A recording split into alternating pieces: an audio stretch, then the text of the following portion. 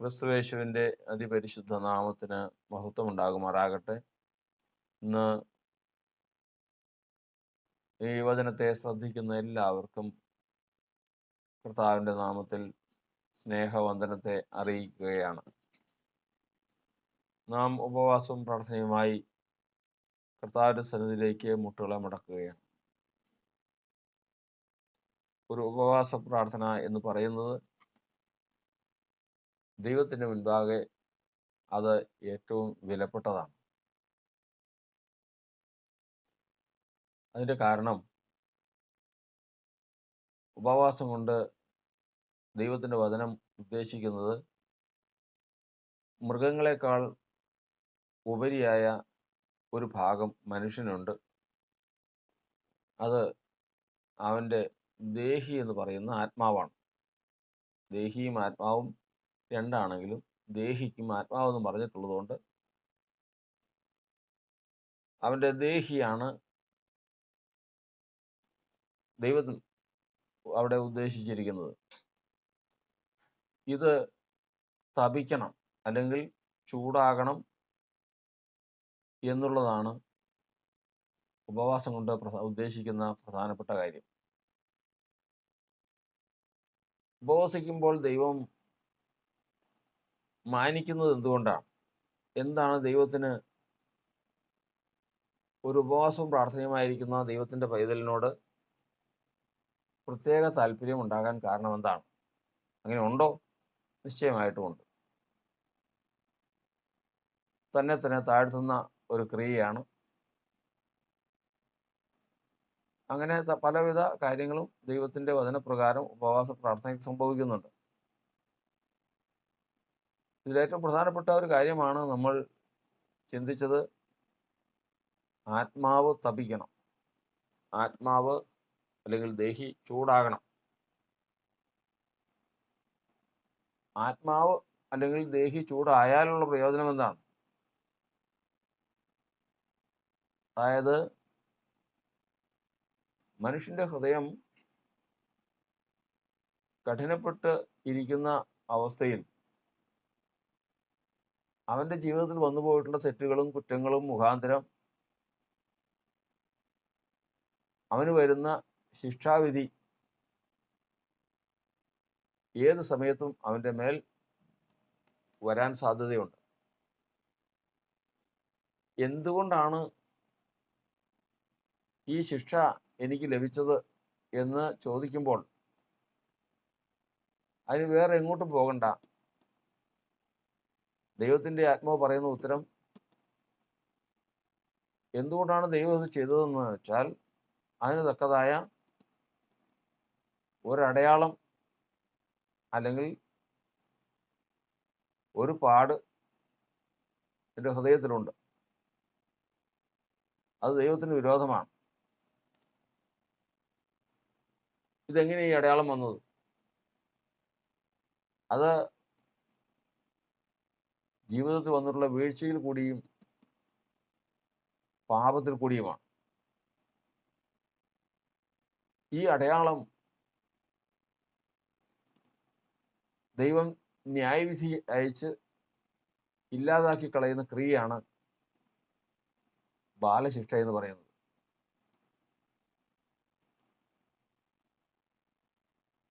അതിന് സാധിക്കുന്നില്ല എങ്കിൽ കഠിന ശിക്ഷ അതിലേക്ക് വരേണ്ടി വരും. എന്നിട്ടും മാറിപ്പോകാത്തതാകുന്നെങ്കിൽ അന്ത്യന്യായവിധിയിലേക്ക് അവൻ പോകേണ്ടതായിട്ട് വരും. ഇതൊന്നും സംഭവിക്കാതിരിക്കാൻ ദൈവം ചെയ്യുന്ന ഒരു പ്രവൃത്തിയാണ്. തെറ്റ് ചെയ്യാത്ത മനുഷ്യരില്ല, പാപമില്ലാത്ത മനുഷ്യരില്ല. അതുകൊണ്ട് തന്നെ പാപത്തിൻ്റെതായ അടയാളങ്ങളില്ലാത്ത മനുഷ്യരുമില്ല. ഹൃദയത്തിൽ ഞാൻ എൻ്റെ ഹൃദയത്തെ ശുദ്ധീകരിച്ച് പാപം വിട്ടൊഴിഞ്ഞ് നിർമ്മലനായിരിക്കുന്നു എന്ന് ആർക്ക് പറയാൻ കഴിയും എന്നാണ് സദൃശവാക്യങ്ങൾ ചോദിച്ചിരിക്കുന്നത്. ആർക്കും പറയാൻ കഴിയില്ല. നിർമ്മലനാണെങ്കിൽ, പാപമില്ലാത്തവനാണെങ്കിൽ, ശുദ്ധീകരിക്കപ്പെട്ട ഹൃദയമാണെങ്കിൽ അവൻ്റെ ഹൃദയം എങ്ങനെ ഇരിക്കുമെന്നുള്ള ചോദ്യത്തിന് 2 കൊരിന്ത്യർ ലേഖനം 3-ാം അധ്യായത്തിൽ നമ്മൾ വായിക്കുന്നത് കണ്ണാടി പോലെ ഇരിക്കും. കണ്ണാടി എന്ന് പറഞ്ഞാൽ നമ്മൾ മുഖം നോക്കുന്ന കണ്ണാടി പോലെ ഇരിക്കും അങ്ങനെയുള്ള മനുഷ്യന്റെ ഹൃദയം. ഹൃദയം കണ്ണാടി പോലെ ഇരുന്നാലുള്ള പ്രയോജനം നമുക്ക് പ്രയോജനമല്ല. നമുക്ക് പ്രയോജനമുള്ളത് ഒരു വശം, ദൈവത്തിന് അതുകൊണ്ട് പ്രയോജനമുണ്ട്. ദൈവത്തിൻ്റെ മുഖം അതിൽ പ്രകാശിക്കും.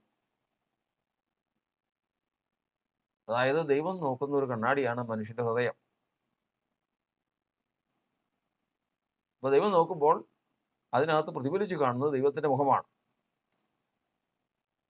ദൈവത്തിൻ്റെ മുഖമാണ് അദൃശ്യനായ ദൈവത്തിൻ്റെ പ്രതിമയായ ക്രിസ്തു. ക്രിസ്തുവിൻ്റെ മുഖമാണ് ശുദ്ധീകരിക്കപ്പെട്ട ഹൃദയത്തിൽ ആ കണ്ണാടിയിൽ പ്രതിഫലിക്കുന്നത്. ഇത് ദൈവത്തിൻ്റെ എതിരാളിയായ ശത്രുവിന് അത്ര സന്തോഷമുള്ള കാര്യമല്ല. ഏത് വിധേനയും അത് മായ്ക്കണം. ദൈവം ഏകനെന്ന് വിശ്വസിക്കുകയും വിറയ്ക്കുകയും ചെയ്യുന്നവനാണ് പിശാച്. അപ്പോൾ ദൈവത്തിൻ്റെ മുഖം പ്രകാശിച്ചിരിക്കുന്ന മനുഷ്യന്റെ ഹൃദയം കണ്ണാടി പോലെ ദൈവത്തിന്റെ മുഖത്തെ പ്രകാശിപ്പിക്കുന്നെങ്കിൽ അടുക്കാൻ നിവൃത്തിയില്ല, ആ ഭാഗത്തേക്ക് നോക്കാൻ നിവൃത്തിയില്ല. എന്നാൽ അവനെ ഏതെങ്കിലും തരത്തിൽ ഇങ്ങനെ ശുദ്ധീകരിക്കപ്പെട്ട ഈ ആത്മാവിനോട് ജഡത്തിൽ കൂടി പോരാടി ഇവനെ കൊണ്ട് ആദ്യമേ തന്നെ രഹസ്യപാപം ചെയ്യിക്കും. രഹസ്യപാപം എന്ന് പറയുന്നത് ഹൃദയം കൊണ്ടാണ്. നമ്മൾ പുറമേ ചെയ്യുന്നത് പോലെ തന്നെ അകത്ത് നമുക്കൊരു ജീവിതമുണ്ട്. പുറമേ നമ്മൾ ശാന്തരാണ്, പ്രവർത്തിക്കാത്തവരാണ്, സംസാരിക്കാത്തവരാണ്, അടങ്ങിയിരിക്കുന്നവരാണ്, നല്ല കാര്യങ്ങൾ ചെയ്യുന്നവരാണ്. ഇതൊക്കെ ശരി തന്നെയാണ്. എന്നാൽ ദൈവത്തിൻ്റെ വചനം പറയുന്നത് അവർ ഹൃദയം കൊണ്ട് ദുഷ്ടത പ്രവർത്തിക്കുന്നു, അവർ ഹൃദയത്തിൽ പിറുപിറുക്കുന്നു, അവർ ഹൃദയത്തിൽ ദൈവത്തോട് ശാഠ്യം കാണിക്കുന്നു, അവർ ഹൃദയം കൊണ്ട് ദൈവത്തിൻ്റെ സന്നിധിയിൽ മത്സരിക്കുന്നു, അവർ ഹൃദയം കൊണ്ട് അസൂയപ്പെടുന്നു. പുറമേയുള്ള മനുഷ്യൻ്റെ സമാന്തരമായ ഒരു ഹൃദയം, ഒരു ജീവിതം മനുഷ്യന് ഉള്ളത്തിലുണ്ട്. ഇതുകൊണ്ട് മനുഷ്യൻ പാപം ചെയ്താൽ പുറമേ ചിരിക്കുമെങ്കിലും അകമേ ചെയ്യുന്ന പ്രവൃത്തി അത് ദൈവം നോക്കുന്നതാണ്. ആ ദൈവം നോക്കുമ്പോൾ അവൻ്റെ ഹൃദയം കൊണ്ട് ചെയ്യുന്ന രഹസ്യ പാപങ്ങൾ ഏറ്റവും ആദ്യമേ കൊണ്ടുവരുന്നത് അതാണ്. 90-ാം സങ്കീർത്തനം പറയുന്നത് ഞങ്ങളുടെ രഹസ്യ പാപങ്ങൾ നിന്റെ മുഖപ്രകാശത്തിലിരിക്കുന്നു. അതായത് ഈ കണ്ണാടിയിൽ അഴുക്ക് വീഴാൻ തുടങ്ങി.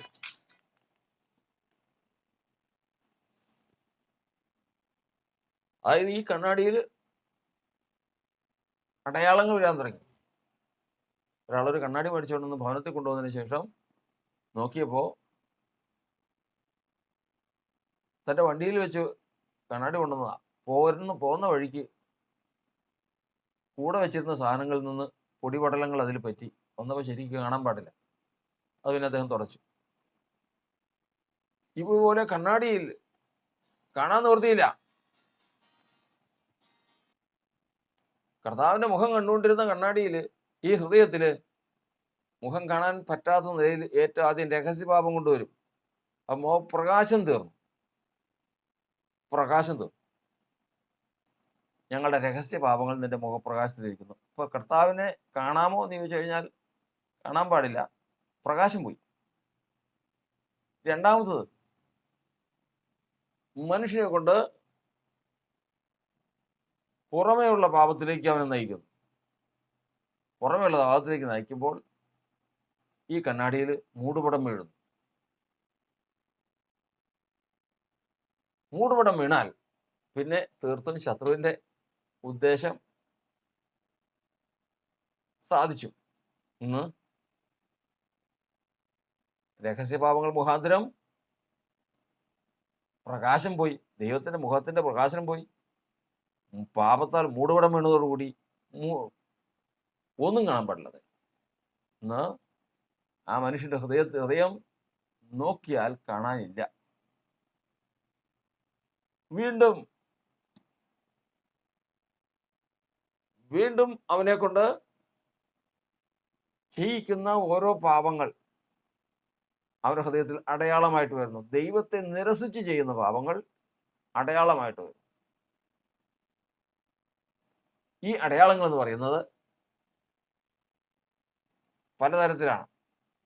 അക്ഷയനായ ദൈവത്തിന്റെ തേജസ്സിനെ അവർ ക്ഷയമുള്ള മനുഷ്യൻ, ഇഴജാതി, മൃഗജാലങ്ങൾ, നാൽക്കാലി എന്നിവയുടെ രൂപസദൃശ്യത്തിലാക്കി മാറ്റിക്കളഞ്ഞു. രഹസ്യപാപങ്ങൾ മുഖപ്രകാശത്തെ കെടുത്തി, പരസ്യപാപങ്ങൾ, പുറമേയുള്ള പാപങ്ങൾ, മൂടുപടം വീണു. പിന്നെ ദൈവത്തെ നിരസിച്ച് ചെയ്ത പാപങ്ങൾ, നല്ല മനസ്സാക്ഷിയെ വഞ്ചിച്ച് ചെയ്ത പാപങ്ങൾ അടയാളങ്ങളായിട്ട് വന്നു. അതായത് ക്ഷയമുള്ള മനുഷ്യൻ എന്നുള്ളത്. ദാവീദിന്റെ ഹൃദയം ശുദ്ധീകരിക്കപ്പെട്ട് കണ്ണാടി പോലെ ഇരുന്നതാ. ഒരു ദിവസം താൻ ഒരു സ്ത്രീയെ കണ്ട് മോഹിച്ചു, രഹസ്യമായ ഹൃദയത്തിൽ മോഹിച്ചു. പ്രകാശം പോയി. ദൈവം അതിനെ തടുത്തു. ദൈവത്തെ നിരസിച്ചതിന് ശേഷം ആ സ്ത്രീയെ എടുത്തു. മുഖപ്രകാശം പോയി, മൂടുപടം വീണു. ഇന്ന് ദാവീദിന്റെ ഹൃദയത്തിലേക്ക് നോക്കിക്കഴിഞ്ഞാൽ കണ്ണാടിയിൽ കാണുന്നത് ബത്ശേബയാണ്, അതായത് ഊരിയാവിന്റെ ഭാര്യ. മനുഷ്യൻ വഞ്ചിക്കപ്പെട്ടു പോകുന്ന കാര്യങ്ങളാണ് ഈ പറയുന്നത്. ആർക്ക് കഴിയും ഇതിൽ നിന്ന് ഒരാളെ വിടിയിക്കാൻ? ആർക്ക് കഴിയും? ഇങ്ങനെയുള്ള അനവധി അടയാളങ്ങളും മൂടുപടങ്ങളുമാണ് മനുഷ്യന്റെ ഹൃദയത്തിൽ കിടക്കുന്നത്. ഇതിനെ ഒന്ന് നീക്കി ഈ കണ്ണാടിയെ തെളിച്ചെടുത്താൽ,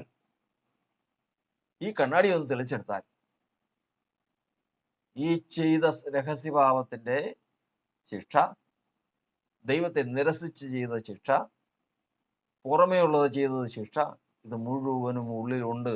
ദൈവത്തിന് മുമ്പാകെ ഇതൊക്കെ ഉണ്ട്. തെറ്റ് ചെയ്തവൻ ശിക്ഷ അനുഭവിക്കും. പാപമുണ്ടെങ്കിൽ ആ പാപത്തിന്റെ ന്യായവിധിയുണ്ട്. യാതൊരു മാറ്റവും. ദൈവം നീതിമാനാണ്. ഈ ശിക്ഷയെല്ലാം കൂടെ വന്നു കഴിഞ്ഞാൽ താങ്ങാൻ സാധിക്കില്ല. ഒരു മനുഷ്യനും താങ്ങാൻ സാധിക്കില്ല. ആരും മിടുക്കരായിട്ടിരിക്കണ്ട. ആരും. ഈ സംസാരിക്കുന്ന ഞാനടക്കം പകൽ ഭയപ്പെട്ട് കഴിയുന്ന വിഷയങ്ങളുണ്ട്. ദൈവമേ, നിന്റെ ന്യായവിധി വരുന്നതിന് മുമ്പേ എൻ്റെ ഹൃദയത്തിലുള്ള പ്രതിബിംബങ്ങൾ, അടയാളങ്ങളൊന്ന് മാറണം. മൂടുപടം ഒന്ന് നീങ്ങണം. രഹസ്യപാപത്താൽ വന്നിരിക്കുന്ന മുഖപ്രകാശം, ദൈവത്തിന്റെ മുഖപ്രകാശം നഷ്ടപ്പെട്ടിരിക്കുന്നത് തിരിച്ചു കിട്ടണം. പണ്ടത്തെ പോലെ ഒന്ന് പ്രകാശിക്കണം.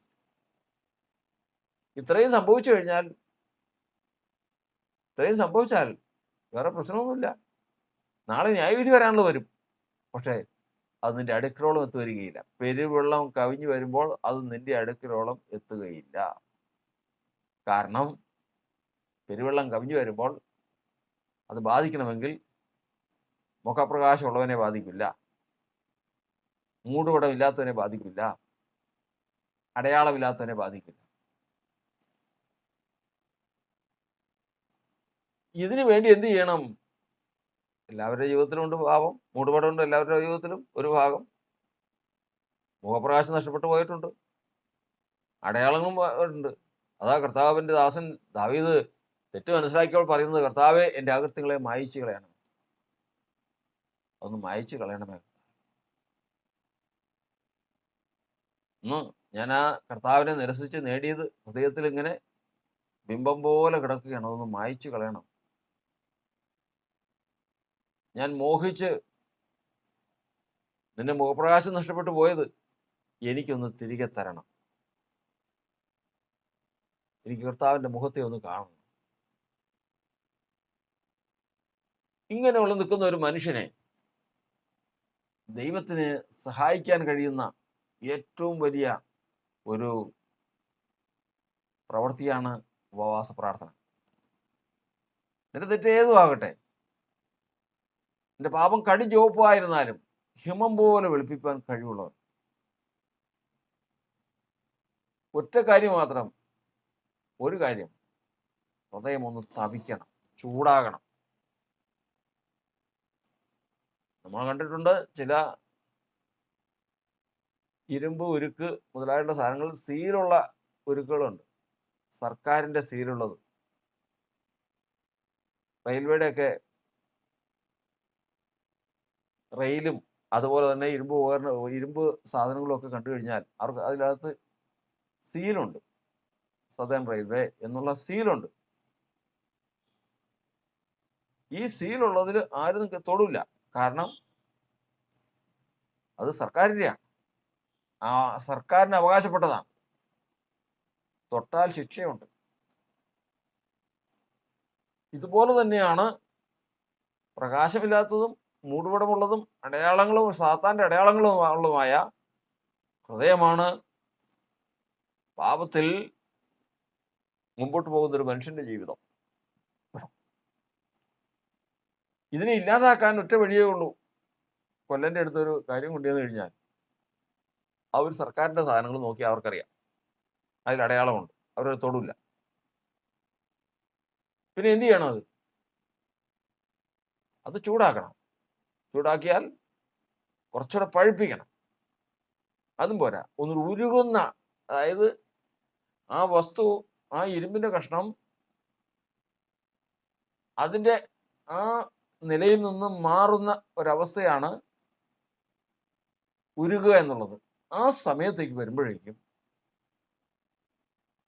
ഒന്ന് അടിച്ചു കൊടുത്തു കഴിഞ്ഞാൽ, ഉരുകിക്കഴിഞ്ഞാൽ, അത് ഒരടിച്ചു കഴിഞ്ഞാൽ അതങ്ങ് അടയാളമൊന്നുമില്ല, മൂടുപടമില്ല, പിന്നെ ഒന്നുമില്ല, പഴയതുപോലെ പ്രകാശത്തിലേക്ക് വരും.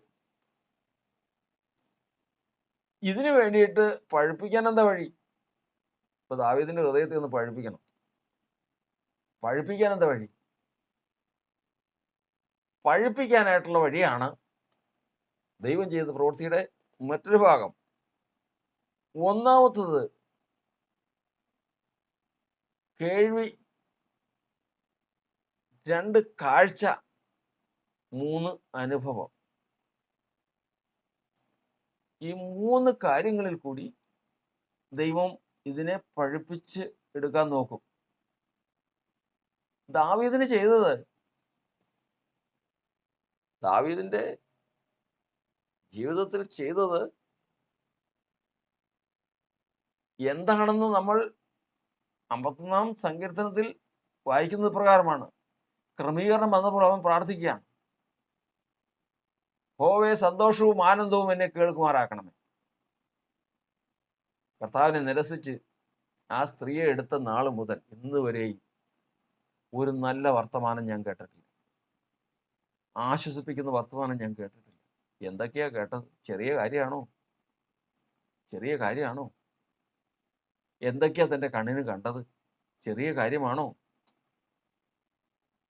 തൻ്റെ ശേഷം രാജാവാകാൻ പ്രാപ്തിയുള്ളതും ഇസ്രായേലിലൊക്കെയും പ്രസിദ്ധനുമായ, കഴിവുള്ളവനായ, ആരോഗ്യമുള്ളവനായ, സൗന്ദര്യമുള്ളവനായ, അത്ര ഭയങ്കരമായ ഒരു മകനാണ് അബ്ശാലോം.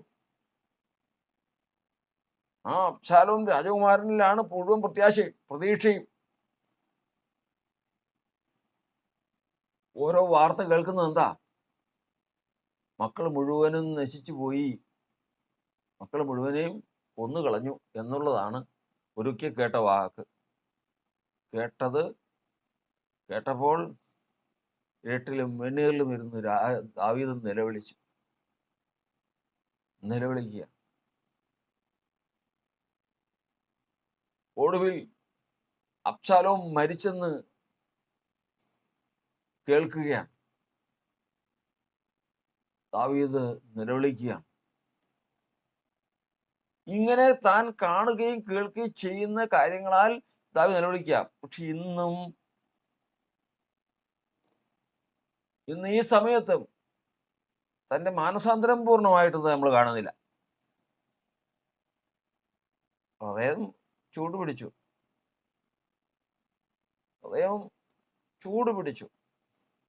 കാരണം കർത്താവ് ചൂട് പിടിപ്പിച്ചതാ. എങ്ങനെ ചൂട് പിടിപ്പിച്ചു? എൻ്റെ ആത്മാവ് വിഷാദം കൊണ്ട് ഉരുകുന്നു, കഷ്ടത കൊണ്ട് ചൂട് പിടിക്കുന്നു. കഷ്ടതയും വിഷാദവും വരുമ്പോൾ ഇത് ചൂട് പിടിക്കും. അതാണ് ദൈവം ചെയ്യുന്ന പ്രവൃത്തി.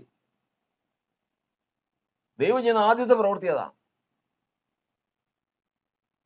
ഏറ്റവും ദോഷകരമായ വാർത്തകൾ കേൾക്കുന്നു, ഏറ്റവും ദോഷകരമായിട്ടുള്ള തൻ്റെ പ്രാണൻ തകർന്നു പോകുന്ന, ഹൃദയം തകർന്നു പോകുന്ന തരത്തിലുള്ള കാഴ്ചകൾ കാണുന്നു. ഇത് രണ്ടും കാണുകയും കേൾക്കുകയും ചെയ്യുക. പലരും ചിന്തിച്ചിട്ടുണ്ട്, പലരും പറഞ്ഞു കേട്ടിട്ടുണ്ട്, എന്താ എനിക്കിങ്ങനെ? ഒരു നല്ല വർത്തമാനം ഞാൻ കേട്ടിട്ട് നാളെത്രയായി? ഞാൻ കേൾക്കുന്നത് എന്താണ്?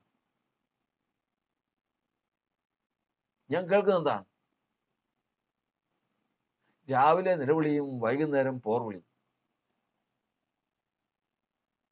മതിൽ തകർക്കുന്നതും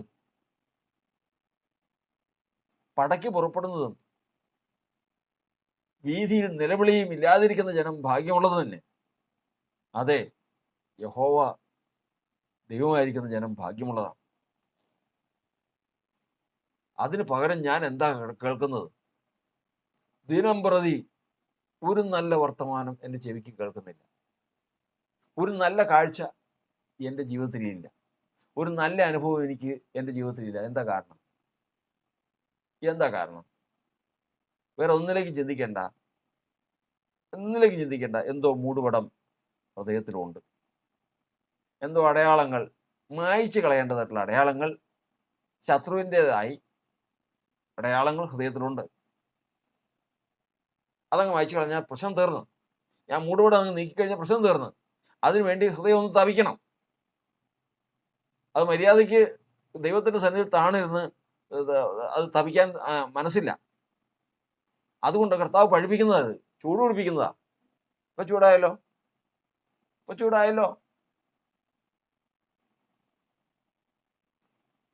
ഇവിടെയാണ് കർത്താവ് ഒരു സമയം വരെയും, ഞാൻ അവൾക്ക് മാനസാന്തരപ്പെടാൻ സമയം കൊടുത്തിട്ടും അവൾക്ക് മാനസാന്തരപ്പെടാൻ മനസ്സില്ലെന്ന. കർത്താവ് ചൂട് പിടിപ്പിക്കുന്നതിന് മുമ്പ് അവസരം കൊടുക്കും, മനസ്സ് കൊടുക്കും, സമയം കൊടുക്കും. ഞാൻ ചൂടാക്കുന്നതിന് മുമ്പ്, ഞാൻ പഴിപ്പിക്കുന്നതിന് മുമ്പ് അവൻ സ്വന്തമായിട്ട് തന്നെത്താൻ താഴ്ത്തി ഉപവാസത്തോടും പ്രാർത്ഥനയോടും കൂടി ദൈവത്തിന് സന്നിധിയിൽ ഇരുന്ന് ആത്മതപനം ചെയ്താൽ ഈ തീരാവുന്ന വിഷയമേ ഉള്ളൂ. അതവൻ ചെയ്യുമെന്നതിന് സമയമുണ്ട്. ആത്മാവ് തപിക്ക് സ്വയം ഉപവാസത്തോടും പ്രാർത്ഥനയോടും കൂടി മുട്ടുകളെ മടക്കി തപിക്കുന്നതിന് സമയമുണ്ട്. ജീവകാലം മുഴുവൻ ദൈവം നോക്കിയിരിക്കില്ല. ഇതാണ് ഉപവാസത്തിന്റെ മാഹാത്മ്യം. ഉപവാസ പ്രാർത്ഥനയുടെ മാഹാത്മ്യമാണ് ഇവിടെ. ദൈവം സന്തോഷവും ആനന്ദത്തിന് വിപരീതമായി ദുർവർത്തമാനം ചെവികളിൽ എത്തുന്നതിന് മുമ്പ് എത്താതിരിക്കാൻ, കഷ്ടങ്ങൾ ജീവിതത്തിൽ ഒഴിവായി പോകാൻ, ഇതൊന്നും വേണ്ട കർത്താവേ. കർത്താവിൻ്റെ ഉദ്ദേശം, ഞാൻ ഈ ദുർവർത്തമാനം കേൾക്കാൻ ഇടയായതിൻ്റെ ഉദ്ദേശവും, എനിക്ക് കഷ്ടത വന്നതിൻ്റെ ഉദ്ദേശവും, എൻ്റെ പ്രാണൻ ആത്മാവ് ചൂടാവണമെന്നുള്ളതല്ലേ? അതിലെ കർത്താവ് ഉദ്ദേശിച്ചിരിക്കുന്നത്. വേണ്ട, ഒരു ദുർവർത്തമാനം കേൾക്കണ്ട, ഒരു ദുർവർത്തമാനവും കേൾക്കണ്ട, ഒരു കഷ്ടവും വരണ്ട. ഞാൻ എന്നെ തന്നെ ദൈവത്തിലേക്ക് താഴ്ത്തി ഉപവസിക്കാം. അപ്പം ഇതങ്ങനത്തെ പഴുക്കൂലോ തന്നെ. അപ്പം കർത്താവിൻ്റെ കാര്യം സാധിക്കാലോ. അതിശ്രേഷ്ഠമായൊരു വഴി. എത്രയോ പേര് ഇതിനെതിരാന്നറിയോ? അതിനൊരു ന്യായവും പറയും. ശിഷ്യന്മാരോട് കൂടെ ഒരിക്കൽ കർത്താവ് പ്രകാരം പറഞ്ഞു, മണവാളൻ കൂടെ ഉള്ളപ്പോൾ തോഴ്മക്കാർക്ക് ഉപവസിപ്പാൻ കഴിയുകയില്ല. മണവാളൻ അവരെ വിട്ടുപിരിയുന്ന സമയം അവർ ഉപവസിക്കും. കാൺമീൻ, ലോകാവസാനത്തോളം ഞാൻ നിങ്ങളോടൊപ്പം ഉണ്ട്. 2 3 പേർ എൻ്റെ നാമത്തിൽ കൂടി വരുന്നിടത്തൊക്കെയും ഞാനുണ്ട്. വാഗ്ദാനപ്രകാരം കർത്താവ് നമ്മുടെ കൂടെ ഉള്ളതുകൊണ്ട് ഇതിൻ്റെ ആവശ്യമില്ല എന്ന് വാദിക്കുന്ന ധാരാളം പേരുണ്ട്. മാഹാത്മ്യം അറിയുന്നില്ല. ഒടുവിൽ ഇടുത്തി പോലെ ഒരിക്കലും കേൾക്കാൻ ആഗ്രഹിക്കാത്തതും കേട്ടാൽ തകർന്നു പോകുന്നതുമായ വാക്കുകൾ കേൾക്കുമ്പോഴാണ് ചിന്തിക്കുന്നത്, ദൈവമേ എന്താ ഈ കേൾക്കുന്നത്? നീ ഭയപ്പെടുന്നത് നിനക്ക് കൊടുങ്കാറ്റ് പോലെ വരുമ്പോൾ നീ അന്വേഷിക്കും, പക്ഷെ കണ്ടെത്തില്ല. ഏറ്റവും ഭയപ്പെടുന്ന കാര്യം ഇന്ന് കൊടുങ്കാറ്റ് പോലെ വരുക. അപ്പൊ ചൂടായി. ദൂർവർത്തമാനം വന്നു, ഭയന്ന് കേട്ട് വിറച്ചുപോയി, ചൂടായി, വിഷാദം കൊണ്ട് ഉരുകി. എന്നാൽ ദൈവത്തിന്റെ വചനം പറയുന്നത്, ഇത് എന്തിനാ ഇതിലേക്കൊക്കെ പോകുന്നു? മനുഷ്യ, നല്ലത് എന്തെന്ന് ഞാൻ നിനക്ക് കാണിച്ചു തന്നിരിക്കുന്നു. ഒരു ശ്രേഷ്ഠമായ വഴി, അതിശ്രേഷ്ഠമായൊരു വഴി. നിശ്ചയം ഇന്ന് മുഖപ്രകാശമില്ല, മൂടുപടമുണ്ട്, അടയാളങ്ങളുമുണ്ട്, ശത്രുവിൻ്റെതായിട്ട് അടയാളങ്ങളുമുണ്ട്. ഈ കാര്യങ്ങൾ ഇരിക്കുന്നിടത്തോളം നിശ്ചയമായിട്ട് ന്യായവിധിയുണ്ട്. ആ ന്യായവിധി പുറപ്പെട്ടു കഴിഞ്ഞു. അതിങ്ങോട്ട് വരുന്നതിന് മുമ്പേ തന്നെ വചനം പറയുന്നത്, നാണമില്ലാത്ത ജാതിയെ, നിർണയം ഭരിക്കുന്നതിന് മുമ്പേ കൂടി വരുവീൻ, ദിവസങ്ങൾ പതിർപോലെ മാറി ഓടിപ്പോകുന്നു. ചെയ്ത തെറ്റിന്, ഈ അടയാളത്തിനും ഈ മൂടുപടത്തിനും ഈ പ്രകാശം നഷ്ടപ്പെട്ടതിനും എല്ലാം കണക്ക് പറയേണ്ട ദിവസം വരിക. അതിനുള്ള ന്യായവിധി ദൈവത്തിന് സന്നിധി പുറപ്പെട്ടു കഴിഞ്ഞു. അത് എത്താൻ ഇനി ദിവസങ്ങൾ മാത്രമേ ഉള്ളൂ. ഇനി ദിവസങ്ങൾ പതിർപോലെ മാറിപ്പോകുന്നു എന്നാണ് സെഫന്യാവിന്റെ പുസ്തകത്തിൽ പറയുന്നത്. അതിങ്ങ് എത്തുന്നതിന് മുമ്പ് കൂടി വരുവീൻ, മുട്ടുമടക്കുവീൻ, ആത്മസ്തപനം ചെയ്യുവീൻ. അവൻ ചൂടാക്കാതെ തന്നെ തന്നെത്താൻ സമർപ്പിച്ച ദൈവമേ, ഇതാ ഞാൻ ആത്മതപനം കൊണ്ട് അടുത്തേക്ക് വരട്ടെ. ഈ ഉപവാസ പ്രാർത്ഥനയിൽ എൻ്റെ ആത്മാവ് ഒന്ന് പഴുപ്പിക്കണം, ഒന്ന് ചൂടാക്കണം. ദാവീദ് പറഞ്ഞതുപോലെ അകൃത്യങ്ങൾ മായ്ച്ചു കളയണം, അടയാളങ്ങൾ നീക്കിക്കളയണം. കർത്താവിലേക്ക് തിരിയുമ്പോൾ മൂടോടെ നീങ്ങിപ്പോകും. കർത്താവിലേക്ക് പൂർണ്ണമായിട്ടൊന്ന് തിരിയണം. രഹസ്യ പാപങ്ങളെ ദൈവത്തിന് മുമ്പാകെ ഏറ്റുപറഞ്ഞ് ക്രമീകരണം പ്രാപിച്ച് ആ മുഖപ്രകാശം തിരികെ പ്രാപിക്കണം.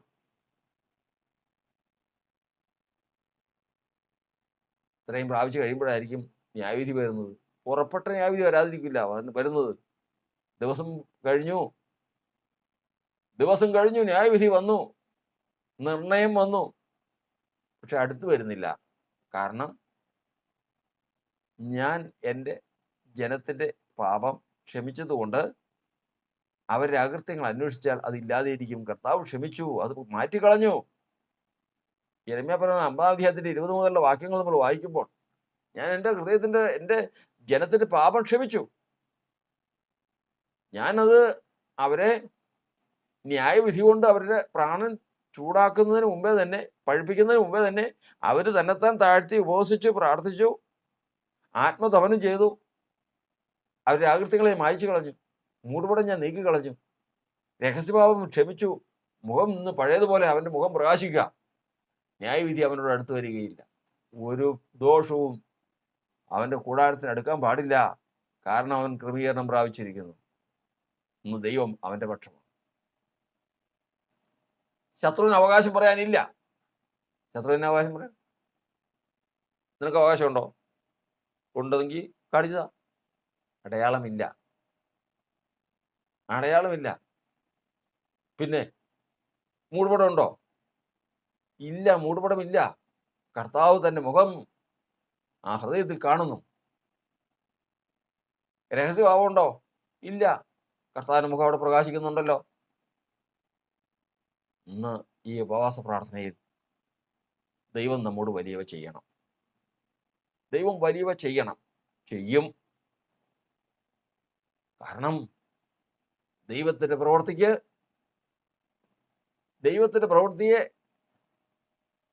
കഠിനമായ പ്രവൃത്തിയെ ലഘൂകരിക്കുവാൻ ഒരു മനുഷ്യനും കഠിനമായ ശിക്ഷ അനുഭവിക്കുന്നതും വേദന അനുഭവിക്കുന്നതും ദൈവത്തിന് ഇഷ്ടമല്ല.